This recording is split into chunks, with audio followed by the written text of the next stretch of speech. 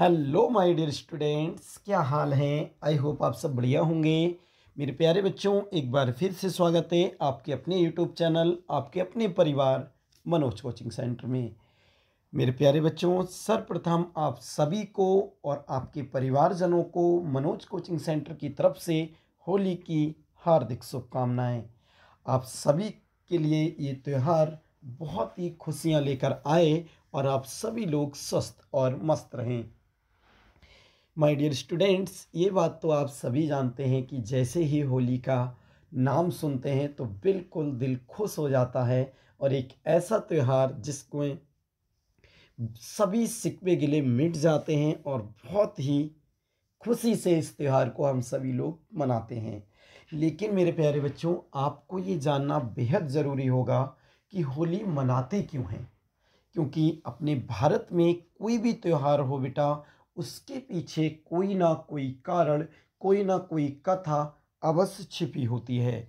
कोई भी त्यौहार मनाया जाता है, प्राचीन काल से ही उस त्यौहार को मनाने का कोई ना कोई कारण अवश्य होता है।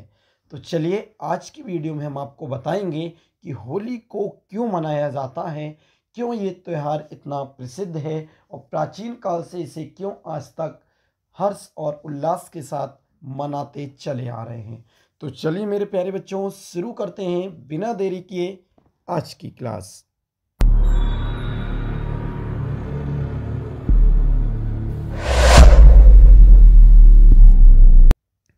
देखिए बच्चों, ध्यान से देखेंगे। कह रहे हैं होली हिस्ट्री, होली क्यों मनाते हैं, क्या है होली का सही इतिहास। तो आज हम जानेंगे होली के इतिहास के विषय में कि इसे हम मनाते क्यों हैं। चलिए अगले देखते हैं। देखें बच्चों, एक एक लाइन को ध्यान से सुनना जिससे कोई भी जानकारी आपसे छूट ना जाए। करें होली हिस्ट्री, होली आने वाली है, यह तो सभी को पता है।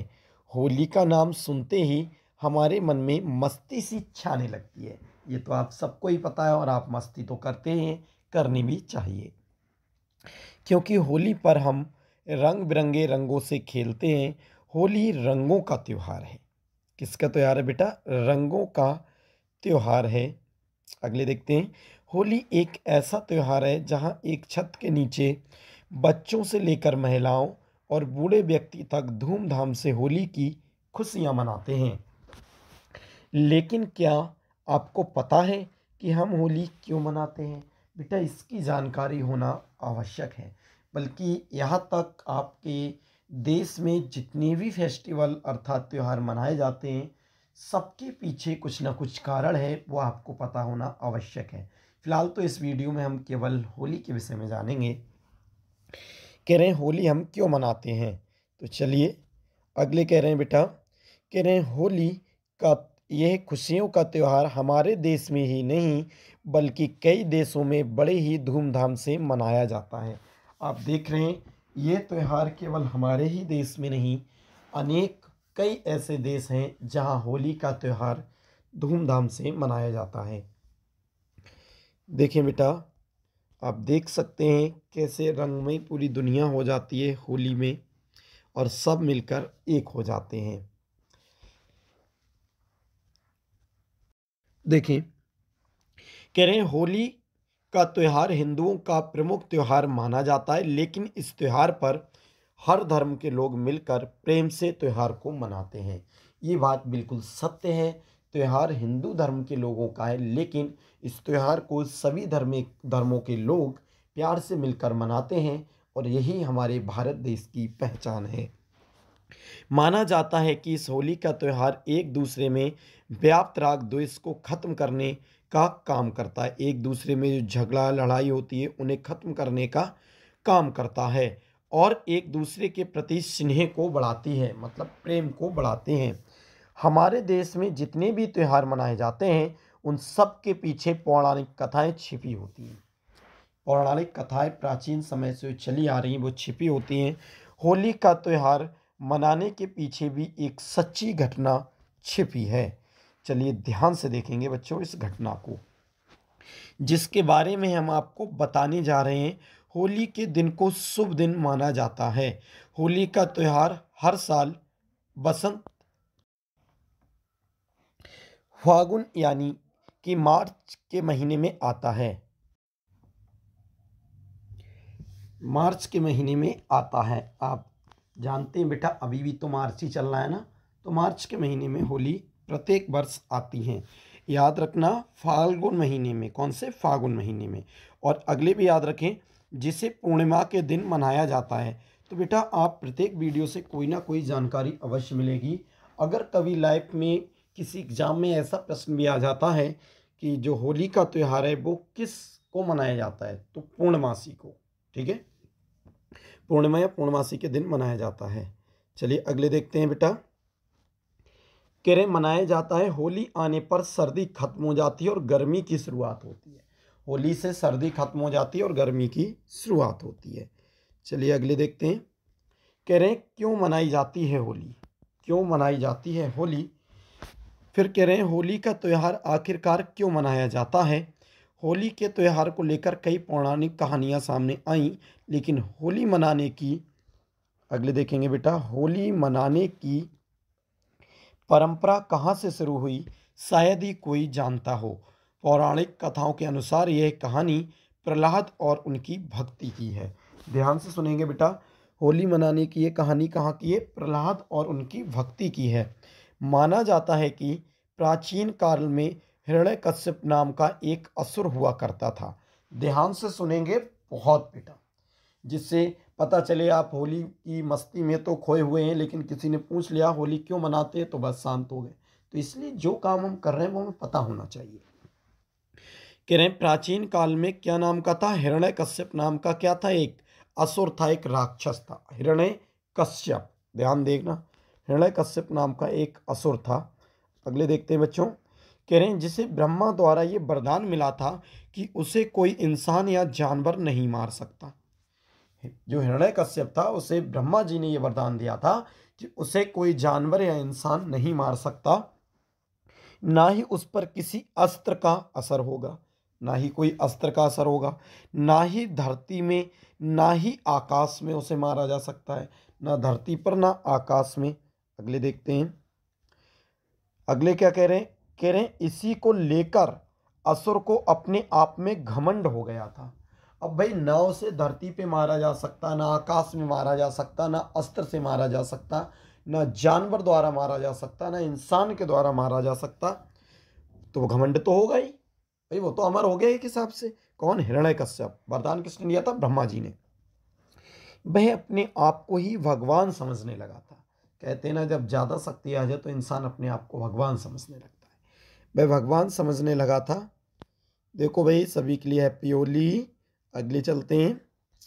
जिसके चलते, ध्यान से देखते रहें, कह रहे हैं जिसके चलते वह अपने राज्य की प्रजा के साथ अत्याचार करने लगा। अब उसने सोचा हमें तो कोई मार ही नहीं सकता, तो वो अपने प्रजा के साथ क्या करने लगा? अत्याचार करने लगा। बताया जाता है कि असुर ने अपनी प्रजा से भगवान विष्णु की पूजा करने से भी मना कर दिया था। उसने सोचा कोई भी भगवान विष्णु की या किसी की भी पूजा नहीं करेगा, अब मेरी पूजा करे। किसने? हिरण्यकश्यप ने, है ना, भगवान विष्णु की पूजा करने से मना कर दिया। अगले देखते हैं। कह रहे हैं क्योंकि असुर अपने छोटे भाई, जिसे भगवान विष्णु ने मार दिया था, उसका बदला लेना चाहता था। जो असुर था हिरण्यकश्यप, उसके छोटे भाई को भगवान विष्णु ने मार दिया था, तो वो भगवान विष्णु से बदला लेना चाहता था और सब लोगों से मना कर दिया कोई विष्णु जी की कोई भी पूजा नहीं करेगा। अगले देखते हैं बच्चों। अगले क्या है कहानी में, अब और भी अच्छी आने वाली है। कह रहे हैं हिरण्यकश्यप का एक पुत्र था, खुद उसी राक्षस का पुत्र, जिसे वरदान मिला था कि उसे कोई नहीं मार पाएगा, है ना। हिरण्यकश्यप का एक पुत्र था जिसका नाम प्रहलाद था। याद रखें इस नाम के लिए, हिरण्यकश्यप का ही पुत्र था जिसका नाम क्या था? प्रहलाद था। प्रहलाद। लेकिन प्रहलाद अपने पिता की बात को नकारते हुए भगवान विष्णु की पूजा करता था। ध्यान से सुने, प्रहलाद जिसे ये वरदान मिल गया था कि इंसान, जानवर, आकाश पाताल कहीं पर भी नहीं मारा जा सकता। उसने भगवान विष्णु की लोगों को पूजा नहीं करने दी, सबसे कह दिया कि भगवान विष्णु की कोई भी पूजा नहीं करेगा। लेकिन उसका हिरण्यकश्यप का ही एक लड़का था प्रहलाद, वो प्रहलाद ने अपने पिता की बात को नकारते हुए, अर्थात अपने पिता की बात को नहीं माना और भगवान विष्णु की पूजा करता रहा। अपने पिताजी की बात नहीं मानी थी। हिरण्यकश्यप का प्रजा में इतना खौफ हो गया था कि लोग उसे ही भगवान मानने लगे थे। प्रजा, जो वहाँ की जनता थी, वो सभी लोग अब हिरण्यकश्यप को ही भगवान मानने लगे थे, क्योंकि सभी इतना डर गए थे उससे, इतना खौफ हो गया था। अगले देखते हैं। लेकिन प्रहलाद ने अपने पिता को कभी भगवान नहीं माना। प्रहलाद ने अपने पिता को कभी भी भगवान नहीं माना। लेकिन प्रहलाद की यह बात हिरण्यकश्यप को मंजूर नहीं थी। भाई, हिरण्यकश्यप ने सोचा कि जब मेरे लड़का प्रहलाद ही मेरी बात नहीं मानेगा तो और प्रजा को तो मैं डरा धमका लूंगा, मनवा ले रहा हूँ और लोग मान भी रहे हैं, लेकिन मेरा लड़का क्यों नहीं मानना है ना? तो ये मंजूर नहीं था कि वो भगवान विष्णु की पूजा करे। कौन? प्रहलाद। हिरण्यकश्यप को मंजूर था नहीं। तो असुर ने प्रहलाद करे कई बार समझाने का प्रयास किया। कई बार असुर ने, यानी हिरण्यकश्यप ने प्रहलाद को समझाने की कोशिश की, लेकिन प्रहलाद ने अपने पिता की एक बात नहीं सुनी। लेकिन प्रहलाद ने एक भी बात नहीं सुनी। किसकी? अपने पिता हिरण्यकश्यप की एक भी बात नहीं सुनी थी। अगले क्या होता है कि इसी को लेकर असुर ने अपने पुत्र प्रहलाद को मृत्युदंड देने का फैसला कर लिया। अब वही असुर हिरण्यकश्यप, उसने सोचा जब मेरा बच्चा, मेरा बेटा बात नहीं मान रहा है, प्रहलाद ये भगवान विष्णु की पूजा कर रहा है, ये मान नहीं रहा है, मैं मना कर रहा हूँ, तो उसने अपने ही पुत्र को मृत्युदंड देने की सजा दे दी कि इसे मौत के घाट उतार दिया जाए। प्रहलाद को मारने के लिए असुर ने अपनी बहन होलिका से सहायता मांगी। अब अपने बेटे को मार भी तो नहीं सकता इतनी आसानी से, लगता है सभी को। तो अब जो हिरण्यकश्यप था, उसने सोचा था अपने बेटे को मैं कैसे मारूं, तो उसने अपनी बहन प्रहलाद, उसके हिरण्यकश्यप की एक बहन थी जिसका नाम क्या था? होलिका। ध्यान से देखें, हिरण्यकश्यप की बहन थी जिसका नाम होलिका था। होलिका से मदद मांगी थी किसने? हिरण्यकश्यप ने, कि बहन, कि अपने दोनों लोग मिलकर ये जो प्रहलाद है हमारा बेटा, उसे मारेंगे। और प्रहलाद की ये होलिका कौन बनी? बुआ, क्योंकि प्रहलाद के जो पिता थे हिरण्यकश्यप, उन्हीं की तो बहन है ये, समझे? तो सहायता मांगी। अगले देखते हैं मेरे प्यारे बच्चों। अब क्या था? अब होलिका से ही सहायता क्यों मांगी थी, ये भी ध्यान से सुने। तो कह रहे हैं होलिका को मिला था वरदान। होलिका को मिला था वरदान। हिरण्यकश्यप ने होलिका से मदद क्यों मांगी थी? क्योंकि होलिका को एक वरदान मिला हुआ था। क्या था? कह रहे हैं होलिका हिरण्यकश्यप की बहन थी। होलिका जो थी वह हिरण्यकश्यप की बहन थी और प्रहलाद की क्या बनी है? बुआ बनी। होलिका को भी भगवान शिव द्वारा एक वरदान प्राप्त था। भगवान शिव जी से होलिका को एक वरदान प्राप्त था, जिससे उसे एक वस्त्र मिला था। और उस वरदान में क्या मिला था? एक वस्त्र, एक कपड़ा मिला था। जब तक होलिका के तन पर वो वस्त्र रहेगा तब तक, अगले देखिए बेटा, तब तक होलिका को कोई भी जला नहीं सकता। भगवान शिव के द्वारा उन्हें एक ऐसा वस्त्र दिया गया था होलिका को वरदान के रूप में, कि जब तक उनके सर पर वो वस्त्र रहेगा, वस्त्र यानी कपड़ा, तब तक होलिका को कोई जला नहीं सकता। ये वरदान था होलिका को। हिरण्यकश्यप ने होलिका को आदेश दिया कि वह प्रहलाद को अपनी गोद में लेकर आग में बैठ जाए। देख रहे हो कितनी चाल की थी। अब हिरण्यकश्यप ने क्या कहा अपनी बहन होलिका से कि तुम वो कपड़ा तो पहनी हो, चादर तो ओढ़ी हो, जो कभी, जब तक वो तुम्हारे शरीर पर रहेगी तुम जल तो सकती नहीं। तुम एक काम करना, जो प्रहलाद है, मेरा बेटा जो प्रहलाद है, हिरण्यकश्यप ने बोला था, उसे अपनी गोद में लेकर बैठ जाना, ठीक है? और किसमें? आग में। उसे अपनी गोद में लेकर आग में बैठ जाना। अब उसने क्या सोचा था कि उन होलिका के ऊपर तो वो चादर है, तो होलिका तो जलेगी नहीं, और होलिका जलेंगे नहीं, प्रहलाद जल के खत्म हो जाएगा। ये हिरण्यकश्यप ने सोचा था। आग में बैठ जाना। आग में होलिका जल नहीं सकती, क्योंकि उसे वरदान मिला था, है ना? क्योंकि उसे वरदान मिला था। लेकिन उसका पुत्र आग में जलकर भस्म हो जाएगा, जिससे सबको ये सबक मिलेगा कि अगर उसकी बात किसी ने ना मानने से इनकार किसी ने मानने से इनकार किया तो उसका भी अंजाम उसके पुत्र के जैसा होगा। इसीलिए हिरण्यकश्यप अपने पुत्र को मारना चाह रहा था। वो इसलिए अपने पुत्र को जलाकर मारना चाह रहा था कि फिर प्रजा में सब में ये सनसनी फैल जाए कि जिसने उसकी बात नहीं मानी तो उनका भी अंजाम उसके पुत्र की तरह ही होगा। ठीक है, तो उसने अपनी बहन से इसीलिए कहा था कि प्रहलाद को लेकर तुम आग में बैठ जाना। उसे पता था हमारी बहन तो जलेगी नहीं। जब होलिका प्रहलाद को लेकर आग में बैठी तब वो भगवान विष्णु का जाप कर रहे थे। कौन? प्रहलाद। प्रहलाद को लेकर गोद में आग में बैठ गई होलिका और वो भगवान विष्णु का जाप लगातार करता रहा था प्रहलाद, क्योंकि भगवान विष्णु का क्या था, वो भक्त था। उसी समय ऐसा तूफान आया कि होलिका के शरीर से लिपटा वस्त्र, जो चादर थी लिपटा हुआ, और मतलब उड़ गया, वस्त्र उड़ गया। भाई इतनी तेज तूफान आया था, इतनी तेज आंधी आई थी कि होलिका के शरीर पर जो चादर थी वो उड़कर चली गई। अब जब चादर उड़ गई तो होलिका तो भाई अकेली बची, उड़ गया और होलिका भस्म हो गई। और भाई दूसरी और भक्त प्रहलाद को अग्निदेव ने छुआ तक नहीं।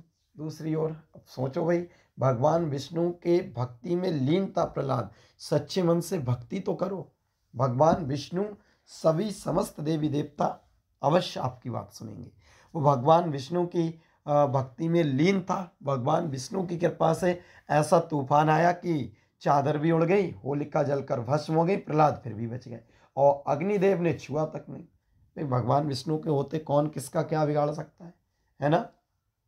अब वरदान भी भाई सेफ बचा रहा कि वरदान तो ये था ना कि जब तक चादर रहेगी तब तक होलिका नहीं जलेगी। अब चादर ही उड़ गई तो होलिका क्यों बचेंगी।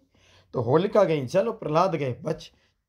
तभी से हिंदू धर्म के लोग इस दिन को बुराई पर अच्छाई की जीत के रूप में देखते हैं और उस दिन से होली का उत्सव की शुरुआत की गई। और उसी दिन से ये त्यौहार क्या है, बुराई की हार हुई थी और अच्छाई की जीत हुई थी, तभी से ये त्यौहार मनाया जाने लगा। तो एक तो ये कथा थी, पर किसी भी त्यौहार के पीछे अनेकों कथाएं होती हैं। चलिए अगली भी देखते हैं। एक तो आप ये है, लेकिन हाँ ये सबसे मुख्य और मेन है, सबसे ज़्यादा प्रचलित यही है। आप किसी से पूछेंगे जो जानकार लोग होगा वो आपको यही बताएगा और आप भी लोगों को यही बताएं, है ना। चलिए अगले देखते हैं, ध्यान से समझेंगे इसे भी। कह रहे हैं होली का त्यौहार क्यों मनाया जाता है। फिर देखते हैं, होली का त्यौहार रंगों का त्यौहार या रंग पंचमी के नाम से भी जाना जाता है। इस त्यौहार को फाल्गुन मास की पूर्णिमा के दिन मनाया जाता है। अगले देखते हैं बच्चों, मनाया जाता है। कह रहे हैं होली से एक दिन पहले छोटी होली मनाई जाती है।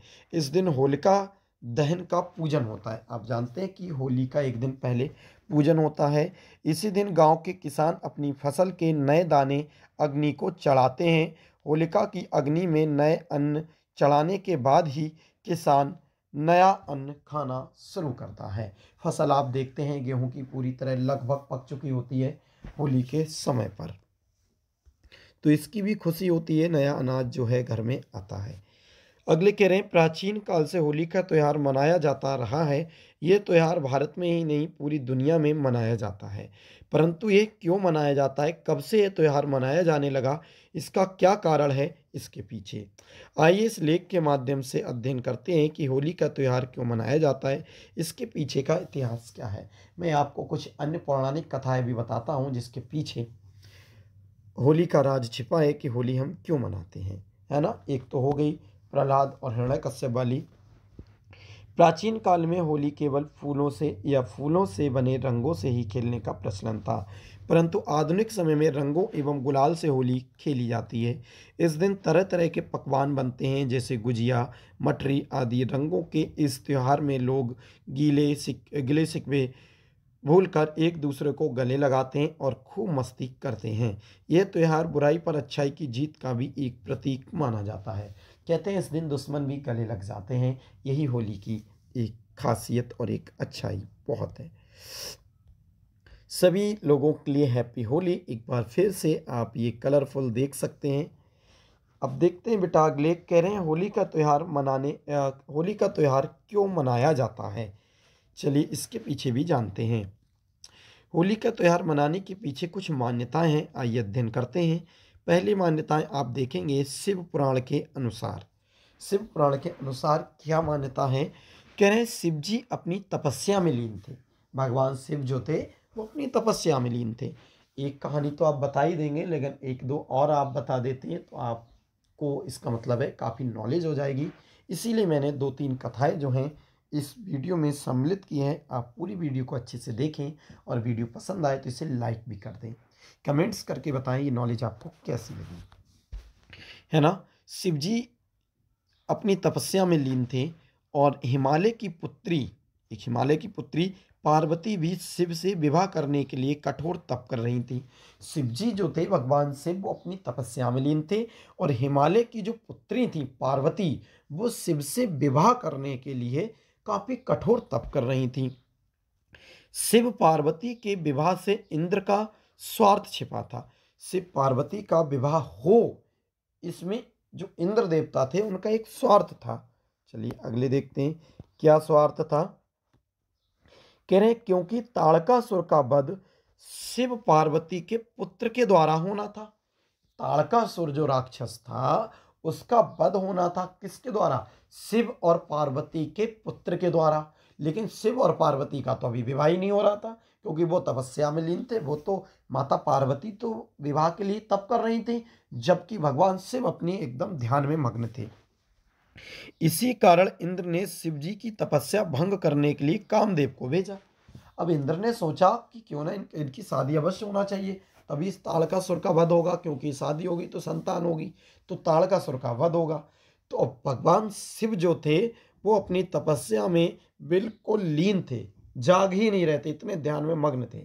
तो इंद्र देवता ने सोचा क्यों ना भगवान शिव की तपस्या को भंग किया जाए, जिससे जब वो जागेंगे तब उन्हें शादी के लिए मनाया जाएगा।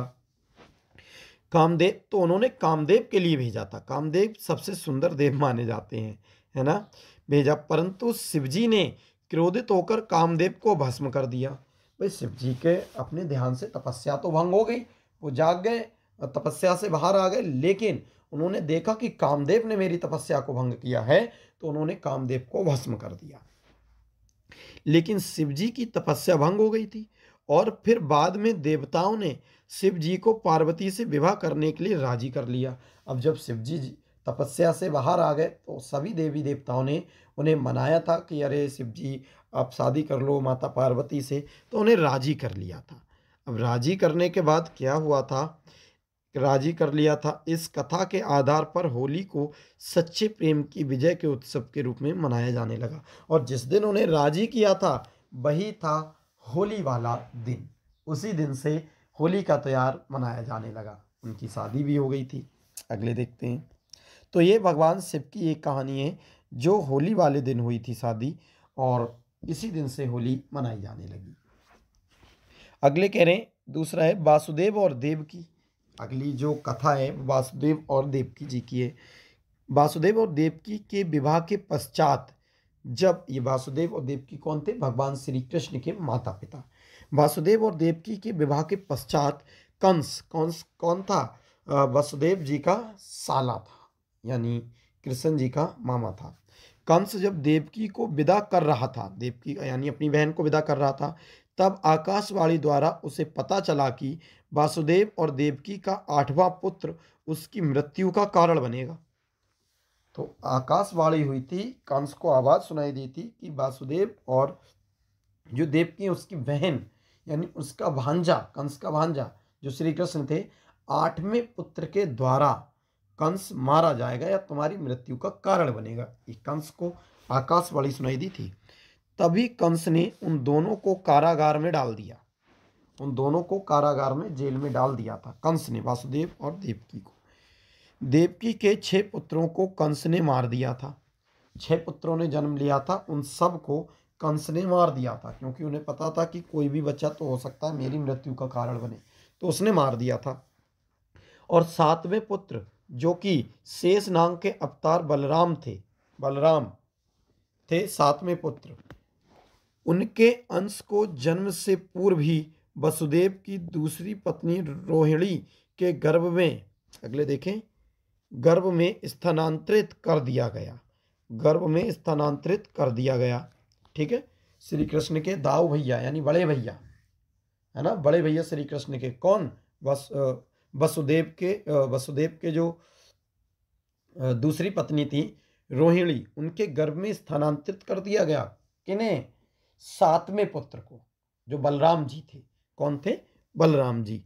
बताया था ना, श्री कृष्ण के बड़े भाई। देखो, शेषनाग के अवतारी हैं ये अवतार। बलराम जी जो थे श्री कृष्ण के बड़े भाई, बलराम जी 7वें नंबर के पुत्र थे वसुदेव और देवकी जी के। उन्हें उनके गर्भ में, रोहिणी के गर्भ में जो उनकी दूसरी पत्नी थी, किनकी? वसुदेव जी की, उनके गर्भ में स्थानांतरित कर दिया गया। फिर श्री कृष्ण का अवतार 8वें पुत्र के रूप में हुआ, क्योंकि 8वें पुत्र के द्वारा ही मारा जाता कौन? कंस। तो 8वें पुत्र के रूप में श्री कृष्ण जी का जन्म हुआ। अगले देखते हैं, रूप में हुआ जन्म। उसी समय वसुदेव ने रात में ही श्री कृष्ण को गोकुल में नंद और यशोदा के यहाँ पहुंचा दिया। अब वसुदेव जी ने सोचा कि रात में ही जब जन्म हुआ था, कि अगर कंस को सुबह पता चलेगा कि 8वें पुत्र ने भी जन्म ले लिया है, तो ये कंस इसे भी मार देगा। तो उन्होंने कहाँ पहुंचा दिया था? गोकुल में श्री कृष्ण को। गोकुल में श्री कृष्ण को नंद और यशोदा के यहाँ पहुंचा दिया था। उनकी नवजात कन्या को अपने साथ ले आए। रात्रि में ही गए थे और अपने पुत्र को वहां छोड़ आए थे यशोदा मैया के यहाँ, और उनकी कन्या को ले आए थे। परंतु कंस उस कन्या का वध नहीं कर सका। अब कंस को जब लगा कि 8वें पुत्र के रूप में, कि उसे पता ही नहीं था कि ये कन्या है या जो है पुत्र है, लड़का है या लड़की है। जब कंस को सुबह पता चला 8वें संतान ने भी जन्म ले ली है, तो उसने उस बच्चे, क्योंकि रात में तो वसुदेव जी जो थे वो कृष्ण जी को यशोदा मैया के यहाँ पहुंचाए थे, और उनकी कन्या को ले आए थे कि अगर मारेगा तो इस कन्या को मार देगा, 8वां पुत्र तो बच जाएगा। तो परंतु कंस उस कन्या का वध नहीं कर पाया था। अब उसने सुबह जब मारने को लिया था उस कन्या को, वध नहीं कर पाया था। और फिर से आकाशवाणी हुई कि कंस को मारने वाले ने तो गोकुल में जन्म ले लिया है। और आकाशवाणी हुई थी कि वो कन्या को नहीं मार पाया था वो। अब आकाशवाणी हुई थी कि हे कंस, तू मुझे क्या मारेगा, तुझे मारने वाला तो गोकुल में पैदा हो चुका है, यह जन्म ले चुका है। इस कारण कंस ने श्री कृष्ण को मारने के लिए उस दिन गोकुल में जन्मे सभी शिशुओं की हत्या करने का काम राक्षसी पूतना को दिया था। अब कंस ने सोचा कि अरे, गोकुल में पैदा हो चुका है मुझे मारने वाला। तो कंस ने एक राक्षसनी थी पूतना, जिसका नाम था, क्या नाम था? पूतना। उस पूतना से कहा, जाओ गोकुल और जितने भी बच्चे हैं, जो नवजात शिशु हैं जिनने जन्म लिया है, उन सभी को मार दो। उस राक्षसनी पूतना से बोला था, किसने? कंस ने, कि उन सभी को मार दो। उसे एक काम सौंप दिया था। वह सुंदर नारी का रूप बनाकर शिशुओं को विष का स्तनपान कराने गई। बड़ा सुंदर नारी बन गई थी और शिशुओं को दुग्ध पिलाने के लिए, यानी स्तनपान कराने के लिए, विष, वो दुग्ध तो एक बहाना था, दरअसल जहर पिलाने के लिए गई थी। लेकिन श्री कृष्ण ने राक्षसी पूतना का वध कर दिया। बचपन में ही श्री कृष्ण ने राक्षसी पूतना का वध कर दिया, उसे मार दिया जब वो कृष्ण से मिली थी। उस दिन फाल्गुन महीने की पूर्णिमा थी, यानी फाल्गुन महीने की पूर्णिमासी थी, पूर्णिमा का दिन था। और फाल्गुन महीने की पूर्णिमा को ही होली का त्योहार होता है। अतः बुराई का अंत हुआ और इसी खुशी में होली का त्योहार मनाया जाने लगा। आप देख रहे हैं बच्चों, फिर से बुराई हारी थी और अच्छाई की जीत हुई थी, और उसी दिन से होली का त्यौहार मनाया जाने लगा। ये कई प्रचलित कथाएं हैं, लेकिन इन सब में जो प्रचलित है वो वही है, हिरण्यकश्यप और प्रहलाद वाली। आप देख सकते हैं, होली के रंग में आप सभी लोग अच्छे से रंगें, सबको एक दूसरे से गले लगाएं, कोई सिकवे गिले ना रखें।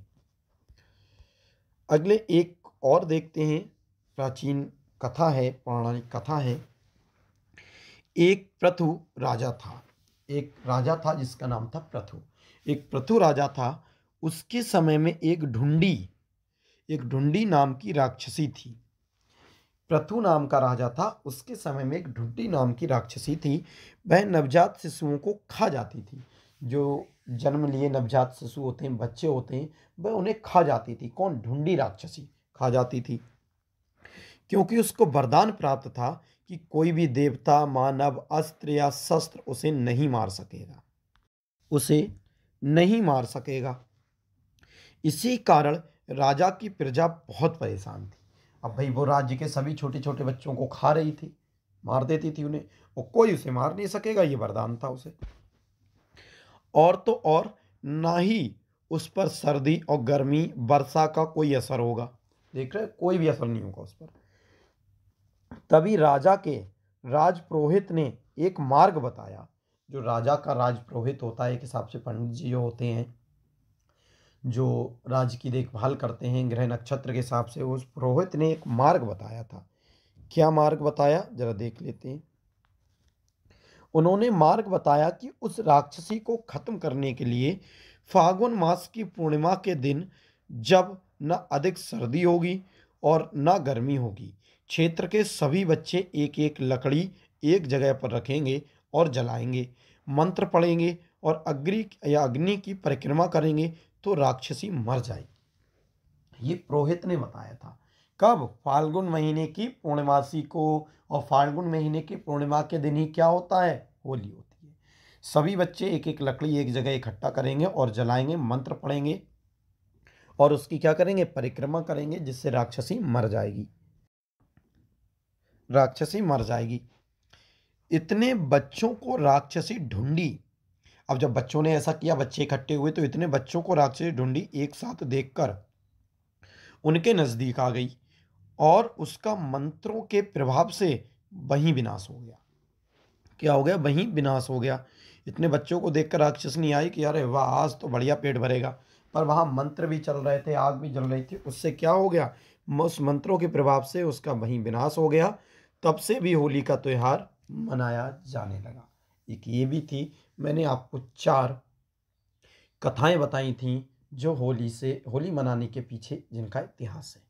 पहली थी भक्त प्रहलाद और हिरण्यकश्यप की, दूसरी शिव माँ पार्वती के विवाह की थी, फिर देव की और वसुदेव जी की थी श्री कृष्ण के जन्म को लेकर, पूतना का वध से लेकर, और एक ये थी ढूंढी राक्षसी की। तो ये इतनी 4 कथाएं मैंने आपको बताई हैं। ये 4 कहानियाँ बहुत ही ज़्यादा फेमस हैं।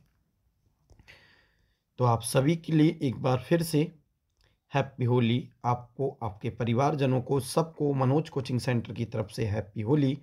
ईश्वर करे आपका ये दिन, ये त्यौहार बहुत ही खुशियों के साथ बीते। जितनी भी परेशानियां हों उनका नाश हो, बुराइयों का नाश हो, अच्छाई की जीत हो। सभी के लिए एक बार फिर से हैप्पी होली।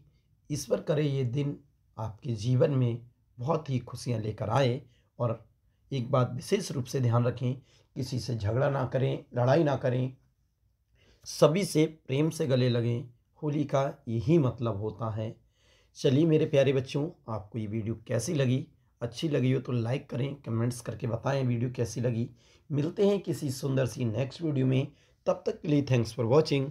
जय हिंद, जय भारत।